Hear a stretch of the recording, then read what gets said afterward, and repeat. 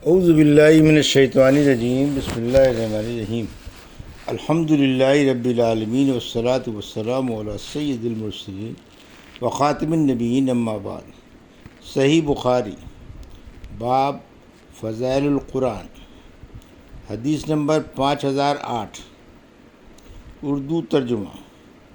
سورہ بقرہ کی فضیلت کے بیان میں ہم سے محمد بن کثیر نے بیان کیا، کہا ہم کو شعبہ نے خبر دی، انہیں سلیمان بن مہران نے، انہیں ابراہیم نخعی نے، انہیں عبد الرحمن بن یزید نے، انہیں حضرت ابو مسعود انصاری رضی اللہ عنہ نے کہ نبی کریم صلی اللہ علیہ وسلم نے فرمایا، سورہ بقرہ میں سے جس نے بھی 2 آخری آیتیں پڑھیں۔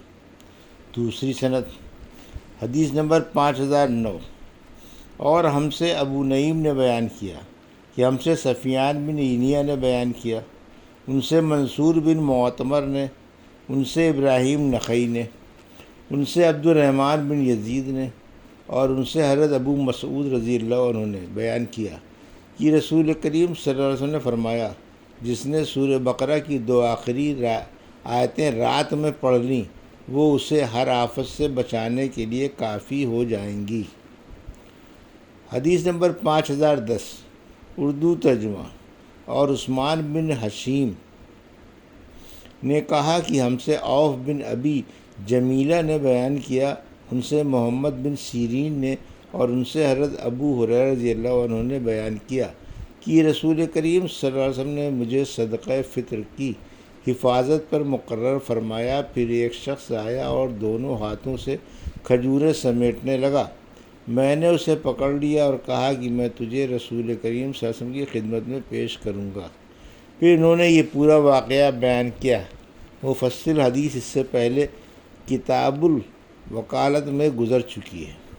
جو صدقہ فطر چرانے آیا تھا اس نے کہا کہ جب تم رات کو اپنے بستر پر سونے کے لیے جاؤ تو آیت الکرسی پڑھ لیا کرو، پھر صبح تک اللہ تعالیٰ کی طرف سے تمہاری حفاظت کرنے والا ایک فرشتہ مقرر ہو جائے گا اور شیطان تمہارے پاس بھی نہ آ سکے گا۔ حضرت ابو ہریرہ رضی اللہ عنہ نے یہ بات آپ صلی اللہ علیہ وسلم سے بیان کی تو نبی کریم صلی اللہ علیہ وسلم نے فرمایا، اس نے تمہیں یہ بات ٹھیک بتائی ہے، اگرچہ وہ بڑا جھوٹا ہے، وہ شیطان تھا۔ حدیث نمبر 5011، اردو ترجمہ۔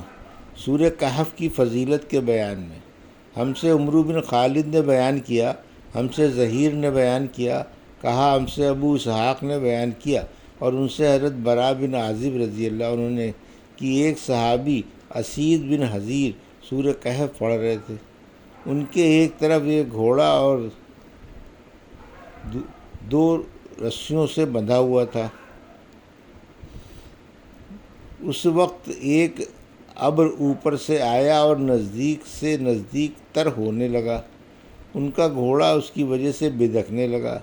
پھر صبح کے وقت وہ نبی کریم صلی اللہ علیہ وسلم کی خدمت میں حاضر ہوئے اور آپ سے اس کا ذکر کیا تو آن حضرت صلی اللہ علیہ وسلم نے فرمایا کہ وہ ابر کا ٹکڑا سکینہ تھا جو قرآن کی تلاوت کی وجہ سے اترا تھا۔ حدیث نمبر 5012، اردو ترجمہ۔ سورہ فتح کی فضیلت کا بیان ہم سے اسماعیل بن ابی اویس نے بیان کیا، کہا کہ مجھ سے امام مالک نے بیان کیا، ان سے زید بن اسلم نے، اور ان سے ان کے والد اسلم نے کہ رسول کریم صلی اللہ علیہ وسلم رات کو ایک سفر میں جا رہے تھے، حضرت عمر بن خطاب رضی اللہ عنہ بھی آپ کے ساتھ تھے۔ حضرت عمر رضی اللہ عنہ نے حضرت صلی اللہ علیہ وسلم سے کچھ پوچھا لیکن آپ صلی اللہ علیہ وسلم اس کا کوئی جواب نہ دیا۔ حضرت عمر رضی اللہ عنہ نے پھر پوچھا، آپ نے پھر کوئی جواب نہیں دیا۔ تیسری مرتبہ پھر پوچھا اور جب اس مرتبہ بھی کوئی جواب نہیں دیا تو حضرت عمر رضی اللہ عنہ نے اپنے آپ کو کہا، تیری ماں تجھ پر روئے۔ تو انہوں نے آن صلی اللہ علیہ وسلم سے 3 مرتبہ عاجزی سے سوال کیا اور آن حضرت صلی اللہ علیہ وسلم نے کسی مرتبہ بھی جواب نہیں دیا۔ حضرت عمر نے بیان کیا کہ پھر میں نے اپنی اونٹنی کو دوڑایا اور لوگوں سے آگے ہو گیا، آپ کے برابر چلنا چھوڑ دیا۔ مجھے خوف تھا کہ کہیں اس حرکت پر میرے بارے میں کوئی آیت نازل نہ ہو جائے۔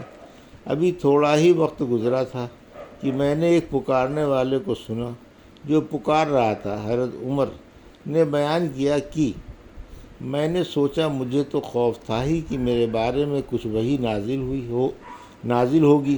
حضرت عمر تعالیٰ نے بیان کیا، چنانچہ میں رسول کریم صلی اللہ علیہ وسلم کی خدمت میں آیا اور میں نے آپ کو سلام کیا۔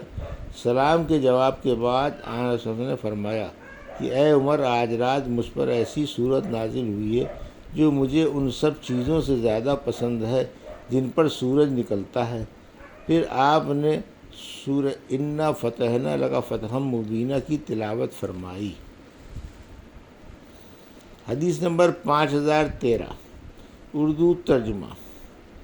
سورہ قل هو اللہ احد کی فضیلت کا بیان۔ اس باب میں نبی کریم صلی اللہ علیہ وسلم کی ایک حدیث عمرہ نے حضرت عائشہ رضی اللہ عنہا سے نقل کی ہے۔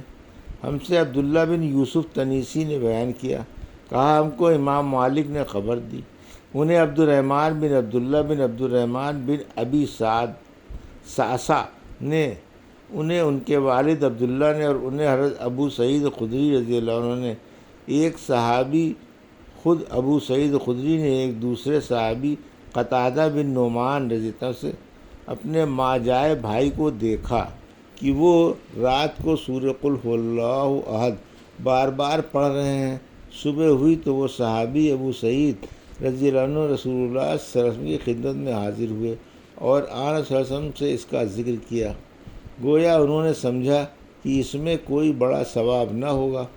آن صلی اللہ علیہ وسلم نے فرمایا کہ اس ذات کی قسم جس کے ہاتھ میں میری جان ہے، یہ سورت قرآن مجید کے 1/3 حصے کے برابر ہے۔ حدیث نمبر 5014 اردو ترجمہ۔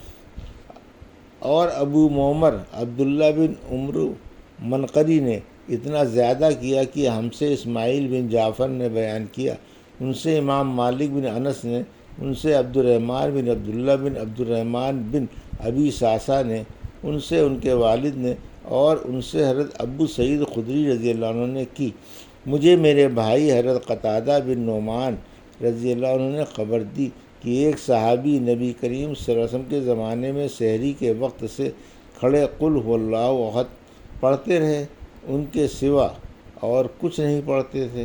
پھر جب صبح ہوئی تو دوسرے صحابی نبی کریم صلی اللہ علیہ وسلم کی خدمت میں حاضر ہوئے۔ باقی حصہ پچھلی حدیث کی طرح بیان کیا۔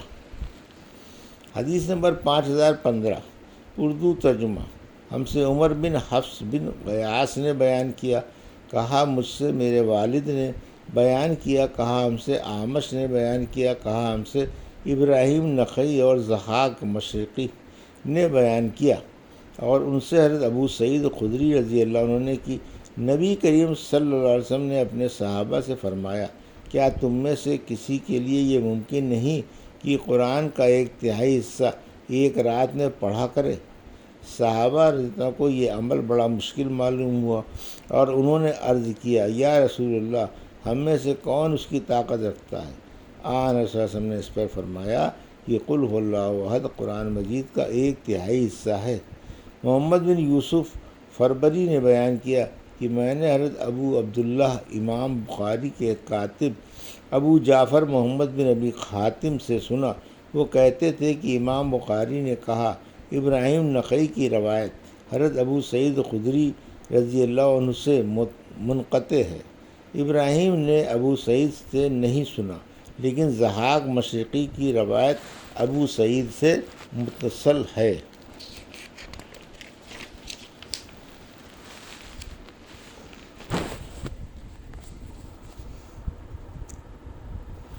یہ تھی صحیح بخاری باب فضائل القرآن کی حدیث نمبر 5008 سے 5015 کی کا اردو ترجمہ جو ابھی آپ نے سماعت فرمایا۔